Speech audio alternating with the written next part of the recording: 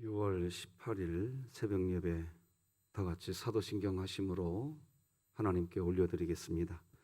전능하사 천지를 만드신 하나님 아버지를 내가 믿사오며 그 외아들 우리 주 예수 그리스도를 믿사오니 이는 성령으로 잉태하사 동정녀 마리아에게 나시고 본디오 빌라도에게 고난을 받으사 십자가에 못 박혀 죽으시고 장사한 지 사흘 만에 죽은 자 가운데서 다시 살아나시며 하늘에 오르사 전능하신 하나님 우편에 앉아 계시다가 저리로서 산자와 죽은 자를 심판하러 오시리라.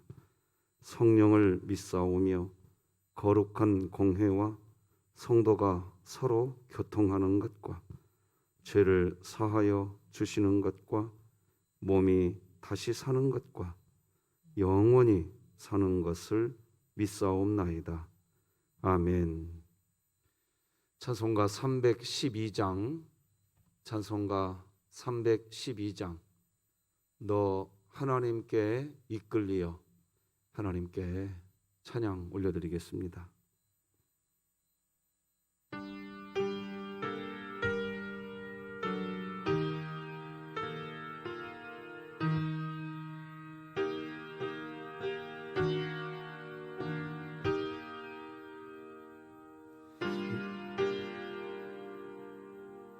너 하나님께 이끌리어 일평생 주만 바라면 어려울 때 힘드시고 언제나 지켜주시리. 주 크신 사랑 믿는 자 그 반석 위에 서리라. 너 설레는 맘 가다듬고 희망 중 기다리면서 은혜로우신 주의 뜻과 사랑에 만족하여라. 우리를 불러 주신 주 마음에 소원하신다. 주 찬양하고 기도하며 내 본분 힘 쏟아라. 주 약속하신 모든 은혜 내게서 이루어지리라. 참되고 의지하는 자 주께서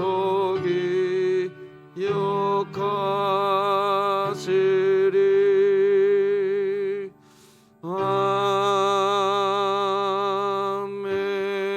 아멘.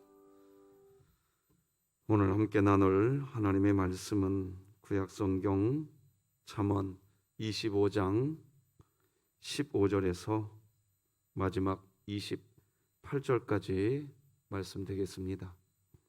잠언 25장 15절에서 마지막 28절까지 저와 여러분이 한 절씩 교독하시겠습니다. 하나님의 말씀입니다. 오래 참으면 관원도 설득할 수 있나니 부드러운 혀는 뼈를 꺾느니라. 너는 꿀을 보거든 조카리만큼 먹으라. 과식함으로 토할까 두려우니라. 너는 이웃집에 자주 다니지 말라. 그가 너를 싫어하며 미워할까 두려우니라. 자기의 이웃을 쳐서 거짓 증언하는 사람은 방망이요 칼이요 뾰족한 화살이니라. 환난 날에 진실하지 못한 자를 의리하는 것은 부러진 이와 위골된 발 같으니라. 마음이 상한 자에게 노래하는 것은 추운 날에 옷을 벗음 같고 소다 위에 식초를 부음 같으니라. 네 원수가 배고파 하거든 음식을 먹이고 목말라 하거든 물을 마시게 하라. 그리 하는 것은 핀 숯을 그의 머리에 놓는 것과 일반이요 여호와께서 내게 갚아 주시리라.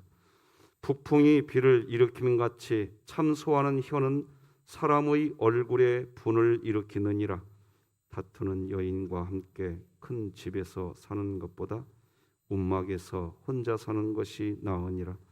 먼 땅에서 오는 좋은 기별은 목마른 사람에게 냉수와 같으니라. 의인이 악인 앞에 굴복하는 것은 우물이 흐려짐과 샘이 더러워짐과 같으니라. 꿀을 많이 먹는 것이 좋지 못하고 자기의 영예를 구하는 것이 헛되니라. 자기의 마음을 제어하지 아니하는 자는 성읍이 무너지고 성벽이 없는 것과 같으니라. 아멘. 우중에 새벽에 이렇게 오시느라고 애쓰셨습니다. 감사합니다. 하나님께서 여러분의 하나님을 향한 그 마음 아시리라 믿습니다. 오늘도 같이 외쳐봅시다. 시작. 하나님의 말씀이 나를 신방하게 하라. 이 또한 지나가리라. 아멘. 시편 말씀이지요. 시작. 내 영혼아 네가 어찌하여 낙심하며 어찌하여 내 속에서 불안해하는가. 너는 하나님께 소망을 두라. 그가 나타나 도우심으로 말미암아 내가 여전히 찬송하리로다. 아멘. 3분 기도 사역을 진흥교회 성도 여러분들은 꼭 기억해 주시기를 바랍니다. 오늘은 공동체를 세우는 얼음 냉수와 같은 그리스도인, 이런 제목으로 하나님 말씀 나누겠습니다. 우리는 어제 하나님을 알아가는 것, 하나님의 계시된 말씀을 통해서 하나님을 알아가는 기쁨, 즐거움, 하나님을 알아가는 그 기쁨 때문에 우리들은 더 많이 하나님을 알아가고 싶고 또 알고 싶어하는 그런 그리스도인이 되었습니다. 그래서 성경을 읽고 성경을 연구하는 그런 그리스도인으로 살고 싶은, 또 그렇게 살아야 된다는 성령의 음성이 우리 안에 늘 있는 겁니다. 그리고 그런 그리스도인이 신앙 공동체를 세워가고 신앙 공동체를 그런 그리스도인이 하나 되게 만드는 겁니다. 하나님을 알아가고 싶은 마음. 잠언 25장은 히스기야 왕 때 신하들이 편집한 것이라고 했습니다. 어제 역사의 이야기를 해드렸습니다. 이스라엘 나라 공동체가 하나 되기를 원했던 겁니다. 어떻게 해야 이 공동체가 하나가 될 수 있을까? 이야기하는 것의 핵심은 뭐냐? 하나님이 어떤 분이신지를 더 깊이 알고 싶었어. 그래서 하나님 말씀을 가까이 하고 내 자아가 중심이 아니라 그 말씀이 나를 신방해서 그 말씀이 나의 왕이 되어버리고 내 생각의 주가 되어버리고, 그렇게 내가 하나님과 동행하는 겁니다. 내가 그렇게 살아가는 겁니다. 그것이 공동체를 하나 되게 하는 겁니다. 그것이 공동체를 세워가게 되는 겁니다. 그리고 그렇게 공동체가 세워져 가는 것, 그것이 곧 하나님 나라를 세우는 겁니다. 우리 마태복음 6장 33절 같이 읽겠습니다. 시작. 그런즉 너희는 먼저 그의 나라와 그의 의를 구하라. 그리하면 이 모든 것을 너희에게 더하시리라. 사실 하나님의 나라는 여기 있다 저기 있다 그렇게 이야기할 수 있는 나라가 사실은 아닙니다.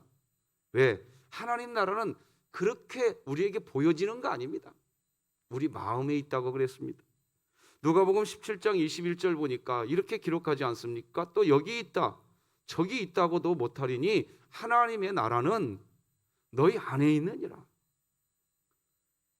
그리고 우리 안에 있는 하나님의 나라가 특징이 있습니다. 어떤 특징이 있냐? 의와 평강과 희락이라고는 특징이 있습니다.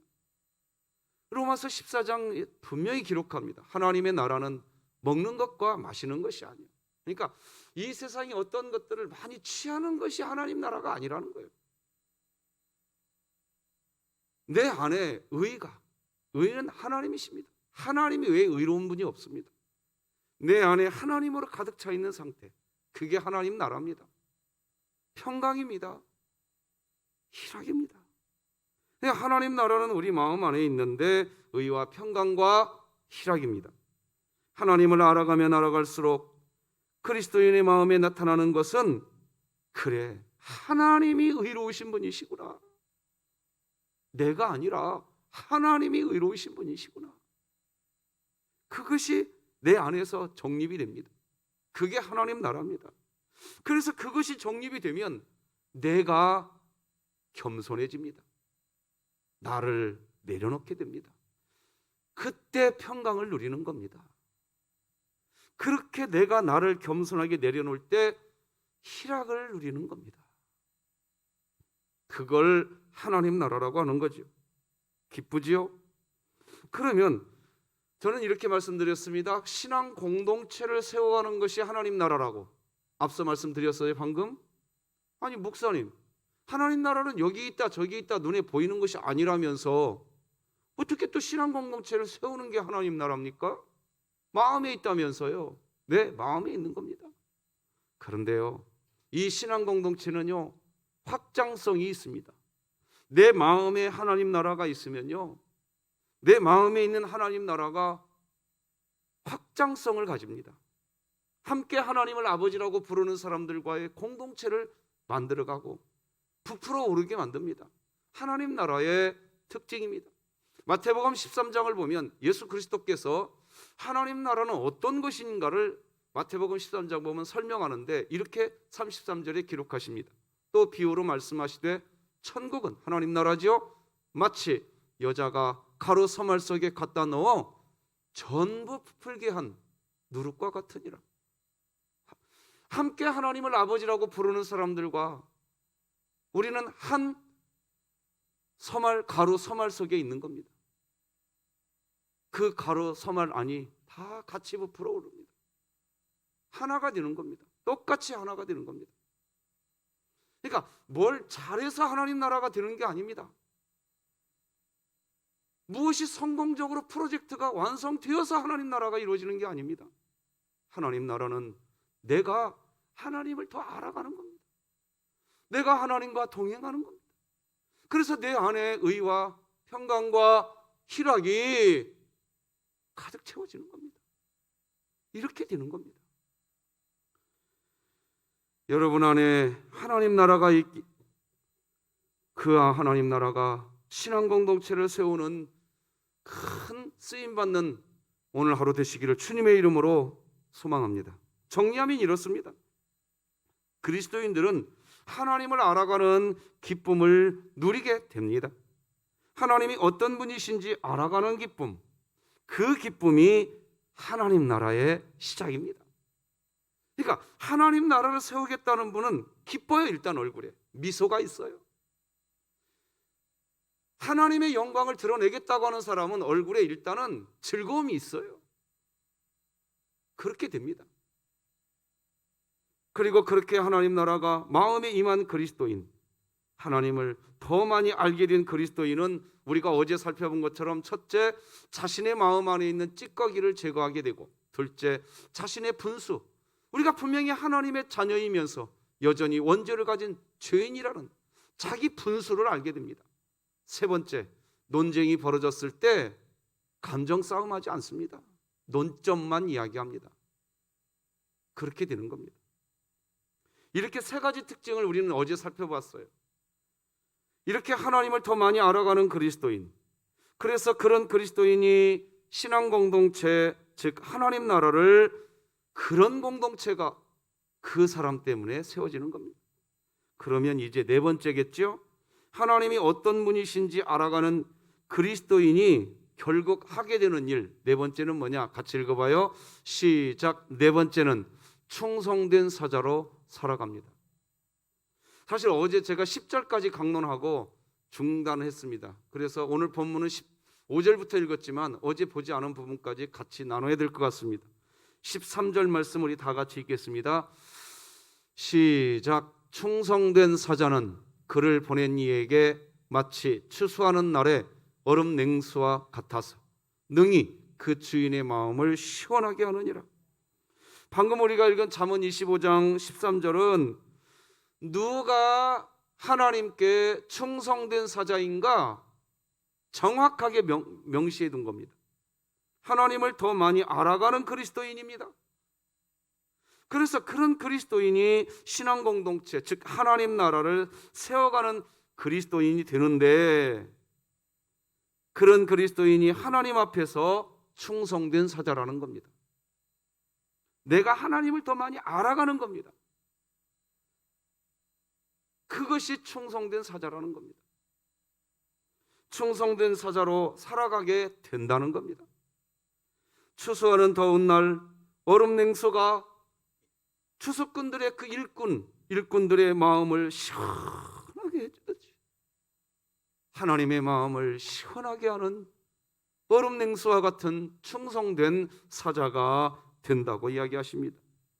여러분, 사자라고 표현되고 있습니다. 사자가 뭡니까? 보냄받은 자라는 뜻입니다. 사자가 그리고 또 하는 일은 뭐냐?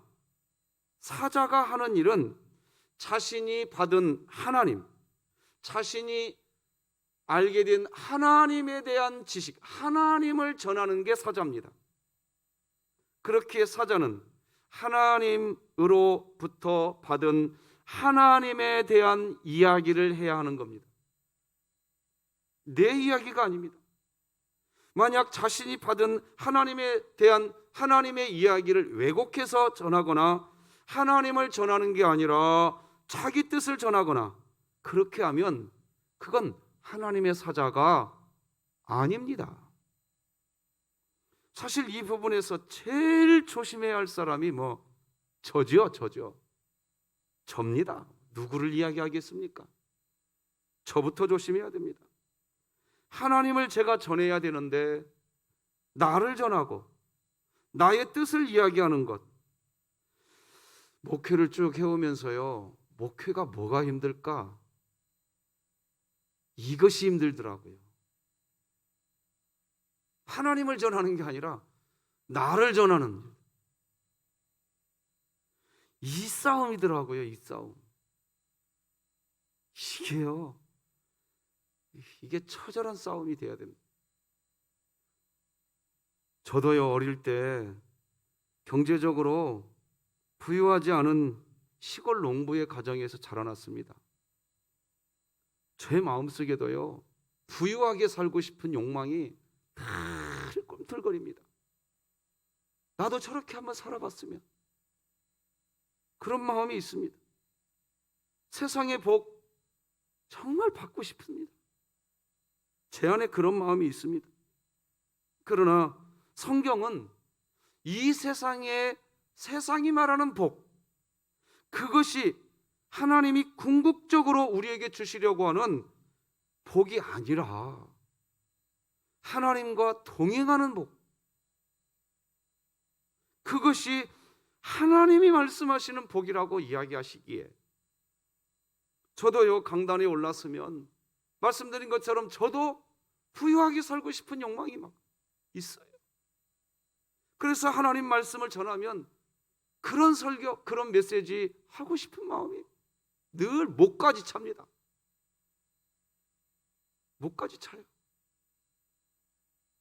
어떤 분은 어떻게 목회하는지 모르겠지만 제 마음은 그렇더라고요. 그게 힘들어요. 내가 그런데 우리 성도님들도 목사님을 통해서 좀 잘 될 거야, 잘 되실 겁니다, 이렇게 메시지 전하, 또 그런 메시지 듣고 싶은 성도님들의 마음이 왜 없겠습니까? 내가 왜 그걸 모르겠습니까? 그런데 왜 저는 그런 설교를 잘 안 할까요? 여러분, 성경을 아무리 봐도요, 하나님이 이 세상에서 부유하게 살아가는 거, 그것이 성공이라고 했다면 성경책에 그게 기록되어 있었어야 돼요. 그게 없어요. 없다고요. 뭐가 성공이냐? 하나님과 동행하는 게 성공이더라는 거예요. 믿으시기 바랍니다. 그래, 그렇게 메시지를 전해야죠. 그게 사자죠. 이 부분에서만큼 제가 무너져 버리면, 야, 그 교회 가면, 야, 그 교회 목사님은 메시지 들으면 기분이 좋아져. 여러분, 그게 교회 아니에요. 미안하지만 그 교회 가서 하나님 말씀 들어보면 내가 하나님과 가까워져. 믿으십니까?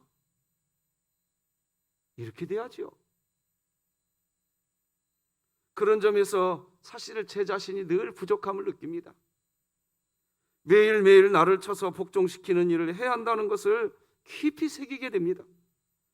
목회자가 전해야 하는 것은 성경입니다. 목회자는 정치를 전하는 사람이 아닙니다. 목회자는 이 세상에서 부자 되는 법을 강의하는 사람이 목회자가 아닙니다. 목회자는 성경을 이야기하는 사람이 되어야 됩니다. 성경이 무엇을 말하는지 성경을 이야기해야죠.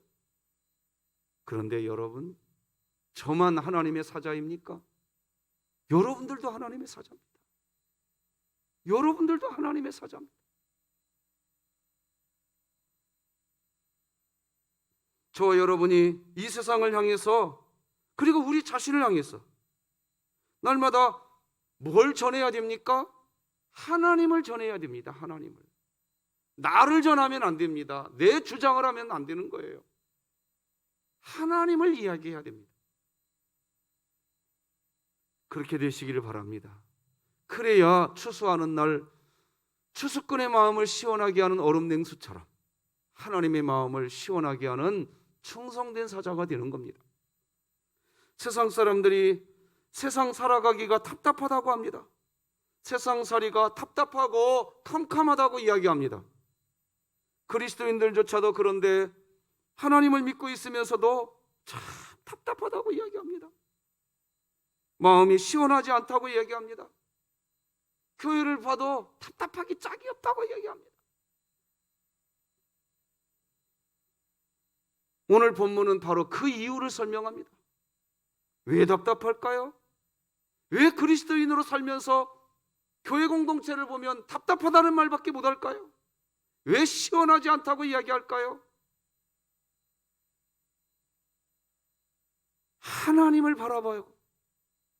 하나님이 어떤 분이신지를 알아가려고 해야 되는데 사람을 본단 말이에요. 왜 새벽에 우리가 여기 나왔습니까? 이 새벽 어두움이 깔려있는 이 시간에 우리가 이 예배당에 나온 이유가 뭡니까? 교회에 사람 보려고 오셨습니까? 아니에요. 우리는 하나님 바라보고 하나님을 알려고 오신 겁니다. 그렇게 되시기 바랍니다. 그렇게 되시기 바랍니다. 하나님이 어떤 분이신지를 알고 그 하나님을 전하면서 신앙 공동체, 즉 하나님 나라를 세워가는 사람은요, 답답하지 않아요. 매 순간이 즐겁습니다. 그래서 우리는 한번 여러분 곁에 있는 지체에게 한번 질문해 봐야 돼요. 뭘 질문하느냐? 성도님, 제가 성도님 곁에 있으면 성도님의 마음이 저 때문에 시원해지시나요?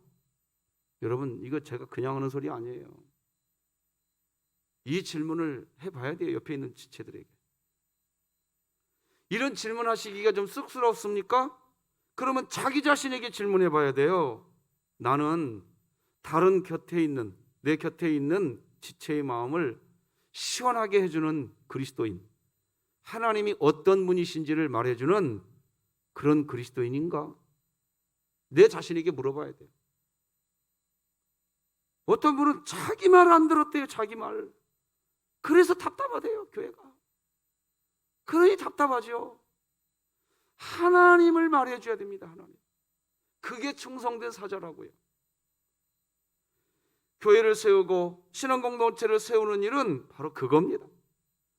우리가 지체들에게 하나님이 어떤 분이신지 전해주는 사자의 역할, 그것을 할 때 교회가 세워지고 그것을 할 때 신앙공동체가 하나가 되는 겁니다. 평소에 자기 자신의 뜻, 자기 자신이 중심되었던 분은 이런 질문, 지금 화면에 나와 있는 이런 질문에 죄송하지만 여러분의 마음이 무거워지실 겁니다. 만약 여러분의 마음이 지금 이런 질문 앞에서 무겁다면 그것도 하나님의 은혜입니다. 왜? 다시 지금 하나님이 무겁다는 얘기는 하나님이 잡았다는 얘기입니다. 믿으시기 바랍니다. 이제 14절 같이 읽어보십시다. 14절 시작. 선물한다고 거짓 자랑하는 자는 비 없는 구름과 바람 같으니라. 이게 선물을 해주겠다고 해놓고 선물을 안 한단 말이에요. 그런 사람 어떤 사람이냐? 비가 없는 구름과 바람 같대요. 구름이 잔뜩 끼었어요. 그냥 햇빛도 안 쪘어요. 구름 때문에. 그럼 이제 비가 오든지 뭐가 일어나야 되지 않겠습니까? 그런 결론이 나와야 될 텐데 분명히 구름과 바람은 불고 있는데 도무지 비가 내리질 않아요. 비가 내려야 시원해지고 대지가 싹을 틔울 텐데 분명히 구름과 바람은 있는데 비가 오질 않아요. 햇빛도 가려놨어요. 그 구름이 가득해요. 그런데 비가 오지 않습니다. 답답하지요. 시원하지 않아요. 교회를 다니고 있는 그리스도인인데, 그래서 그 사람이 그리스도인인 줄 알았는데 그 사람을 보면 하나님이 보여져야 되는데, 그 사람이 입을 열면 하나님을 말해줘야 되는데 하나님을 말해주질 않아. 자기 말만 해버려. 그러니까 답답한 거예요. 지금 그 14절은 그 얘기하고 있는 겁니다. 그 구름이 끼어 있으니까 햇빛도 없어. 차라리 그 구름이 비껴나면 햇빛이라도 내려오는데, 차라리 그 구름이 비껴나면 햇빛이라도 비치는데, 비가 내릴 것처럼 잔뜩 모양은 갖춰놨는데 비가 오겠거니 했는데 비가 안 와. 이 말은 무슨 말이냐? 그 사람이 입을 열면 하나님이 보여져야 되는데 자기만 보여. 그 사람만 보인단 말이에요. 그리고 자기도 말해. 내 말 안 들어줬대. 내 말. 여러분, 그 공동체 안 세워집니다. 그렇게 되면 공동체 하나 절대로 안 됩니다.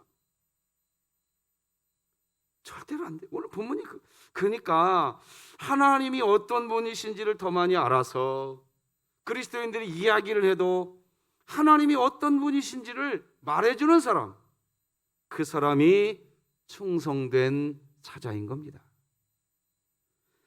그렇게 하나님이 어떤 분이신지를 이야기해주는 사람은 공동체 안에 문제가 있어도요, 결국 소망을 이야기합니다. 하나님을 말해요. 문제가 있어도. 문제가 있어. 여러분, 목회자가 성도님들 가정에 가서 신방하는 게 뭐죠? 어떤 어려움이 있어요. 뭐 하려고 그 가정에 가서 신방해요? 하나님을 말해주고 오는 거예요. 그게 신방이죠. 그러면 그 가정은 힘을 얻습니다. 목사의 말을 해주고 오면 신방 아니에요. 그건 하나님의 말을 해주고 와야죠. 그러면 그 가정이 용기를 얻습니다. 힘을 냅니다. 하나님을 말해줘야 됩니다. 그러면 분명히 소망이 생깁니다. 분명히 문제가 많은 상황인데 그 사람하고 대화를 하고 나면 소망이 생깁니다. 하나님을 알아가게 됩니다. 그렇기에 정말 하나님을 경외하는 사람의 자랑은 뭘까요? 소망을 말하는 겁니다. 소망. 그것이 또 자랑이 됩니다. 그리스도인의 온전함은 소망을 나누는 사람이에요. 하나님을 나누는 사람이에요. 그래서 욥기서 4장 6절 다 같이 읽어봅시다. 시작. 네 경외함이 네 자랑이냐? 네 소망이 네 온전한 길이 아니냐? 네가 하나님을 경외하는 게 뭐냐? 너를 자랑하는 것이 하나님을 경외하는 거냐? 아니다. 네 안에 있는 소망이 온전해져야 된다. 그래서 그런 충성된 사자와 같은 그리스도인과 대화를 하고 나면, 이야기하고 나면 분명히 내 영혼이 낙심되는 상황이었는데, 영혼이 불안한 상황이었는데, 하나님께 소망을 둔 사람과 대화를 하고 나면 하나님을 찬송하게 되어지고, 그래, 하나님이 여전히 내 안에 있지? 소망을 가지게 되고, 그렇게 되는 게 우리가 지금 매일 새벽마다 암송하는 시편 42편 5절이 그 내용입니다. 같이 다시 한번 읽어볼까요? 시작. 내 영혼아, 네가 어찌하여 낙심하며 어찌하여 내 속에서 불안해하는가? 너는 하나님께 소망을 두라. 그가 나타나 도우심으로 말미암아 내가 여전히 찬송하리로다. 사람들은요, 이 고집이 꺾여야 된다라고, 고집을 버려야 된다고 얘기하는데요, 그게 아니에요. 고집은 녹아야 되는 겁니다. 꺾이는 거 아니에요. 스스로 녹아져야 돼요. 소망 안에서 찬송이 시작될 때, 그때 사람의 고집이 마음 안에서 녹는 겁니다.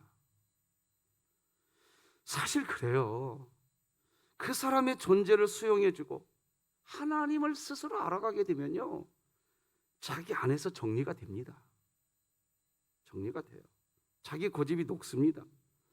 그래서 어떤 문제가 발생할 때 말을 많이 하려고 하기보다는요, 그냥 오래 참고 기다려보면요, 설득하게 되는 기회도 하나님이 주십니다. 막 앞서서 뭘 빨리 정리하겠다고 막 빨리, 아니에요. 하나님이 하실 때를 하나님보다 앞서면 안 돼요.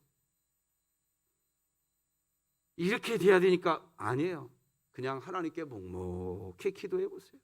하나님, 상황이 지금 이렇게 어그러져 있네요. 어떻게 해야 됩니까? 하고 좀 기다려 보세요. 오래 참아 보세요. 그러면 설득할 기회, 그분이 하나님 앞에서 고집이 녹아지면 하나님이 주십니다. 그 내용이 오늘 본문 15절이에요. 같이 읽어보십시다. 시작. 오래 참으면 관원도 설득할 수 있나니 부드러운 혀는 뼈를 꺾느냐. 자, 이제 5번째입니다. 하나님이 어떤 분이신지 알아가는 그리스도인에게 주어지는 일, 하나님을 알아가는 그리스도인이 결국 하게 되는 일 5번째, 같이 읽어볼까요? 시작. 5번째는 좋은 관계를 맺어갑니다. 하나님 나라를 세우겠다, 신앙 공동체를 잘 만들어 보겠다, 결국 좋은 관계를 맺어가는 사람이 하나님 나라 공동체를 세워가는 사람이에요. 하나님과 좋은 관계를 맺고 사람과 좋은 관계를 맺게 됩니다. 그래서 하나님을 알아가는 그리스도인이 될 때 신앙 공동체를 그분이 건강하게 세워가는 겁니다. 여러분, 우리에게 돈이 생기면요, 여러분 반드시 여러분에게 돈이 생기면요, 좋은 관계를 맺기 위해서 그 돈이 좀 쓰여지시기 바랍니다. 좋은 관계 맺기 위해서 돈을 좀 쓸 줄 아셔야 돼요. 내 가정살림, 내 빡빡한 거 알아요. 힘든 거 알아요. 단돈 100원이라도 관계 맺기 위해서 돈 쓸 줄 아셔야 됩니다. 밥값도 좀 낼 줄 알고 차값도 내가 낼 줄도 알고. 추수하는, 오죽하면 하나님이 뭐라고 얘기합니까? 농부들에게요, 네가 추수할 때 이삭 떨어지면 줍지 말으라고 했어요. 가난한 사람들에게 줘. 그 얘기입니다. 그래서 뭘 하려고요? 좋은 관계 맺으려고. 한 달이 지나가고 1년이 지나가는데 내가 벌어들인 수입 금액에서 같은 교회 공동체 안에 있는 사람들에게 밥 한 끼 한번 사주는 때가 없다면, 목사님 요즘같이 코로나 시절에 얼마나 힘드세요? 교역자분들 밥 한 번 사줄 수 없다고 한다면, 또 목사도 마찬가지예요. 목사도 성도들에게 얻어먹기만 하는 게 아니라, 성도님 제가 오늘은 사겠습니다, 이렇게 나가야지요. 우리 교회 안에 그런 게 생겨야 됩니다. 왜? 좋은 관계를 맺어가려고 하는 사람은 그렇게 합니다. 그런데 그것은 안 하고 어떤 사람은 거짓 증언하고 다닙니다. 꼭 뒤에서 수근수근하고 돌아다녀요.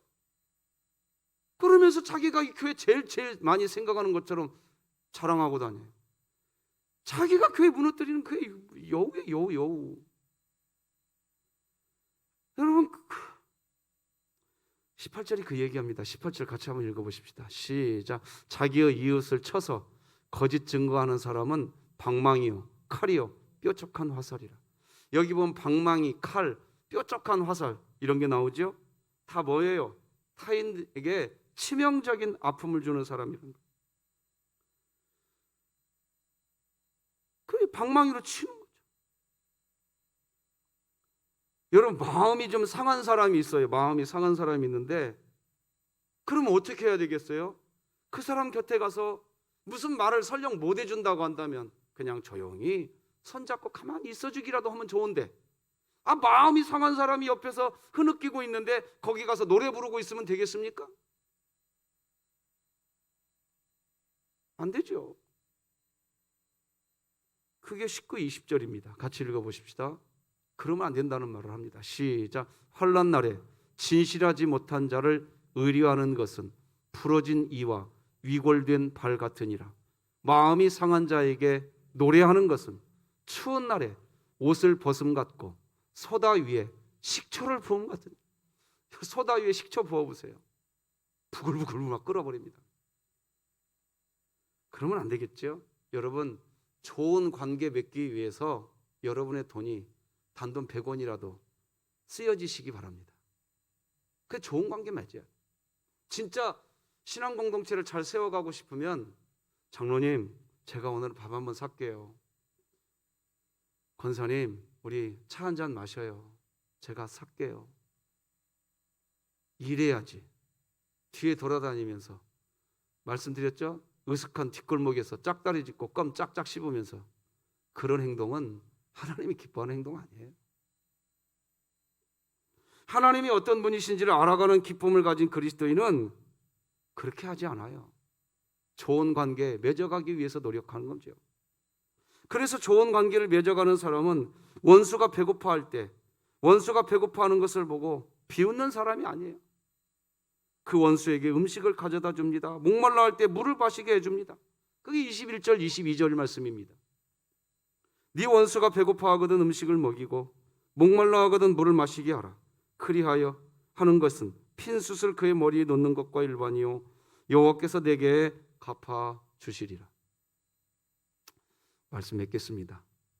히스기야 왕 때 북이스라엘의 유민들이 남유다로 내려와서 국가 공동체가 하나의 공동체가 되어야 하는 절체절명의 때였습니다. 그때 히스기야의 신하들은 솔로몬의 잠언, 즉 잠언 25장의 말씀을 다시 편집해서 백성들에게 읽게 했습니다. 이유는 하나입니다. 신앙, 믿음 안에서 하나의 공동체가 되기 위한 목적 때문이었습니다. 잘못하면 아수르가 남유다도 점령하기 위해 공격해 올 때입니다. 그렇기에 더욱 하나님의 말씀으로 하나님을 아는 기쁨이 필요했고, 신앙 공동체를 위한 성경적 가르침이 필요했습니다. 이때 잠언의 말씀을 읽고 깨달은 그리스도인은 첫째, 하나님께 충성된 사자로서 추수하는 날 얼음 냉수와 같이 쓰임받는 삶을 살아야 했습니다. 둘째, 좋은 관계, 즉 하나님과 좋은 관계를 맺고 사람하고 좋은 관계를 맺어야 했습니다.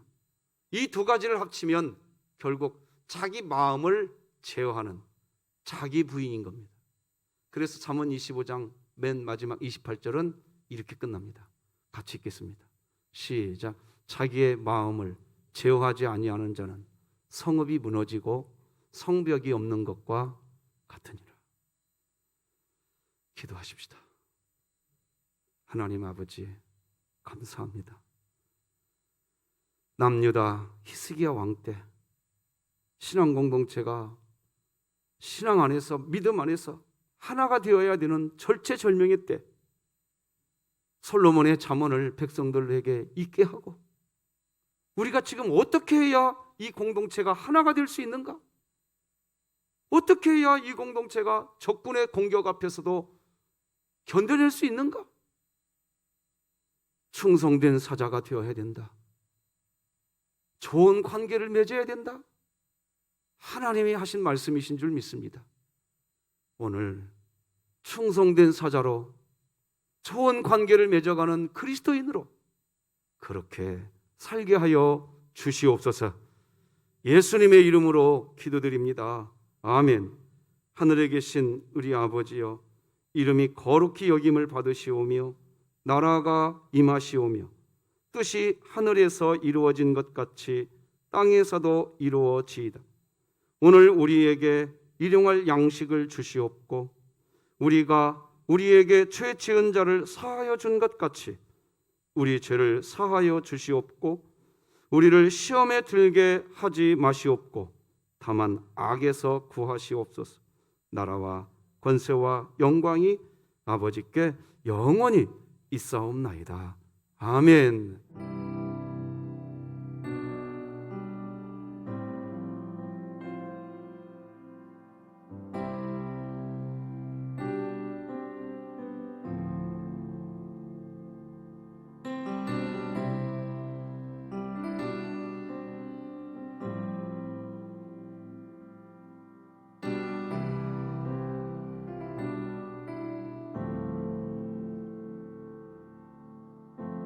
내 안에 가장 귀한 것 예수를 알미라. 그 은보다 더 귀한 것 예수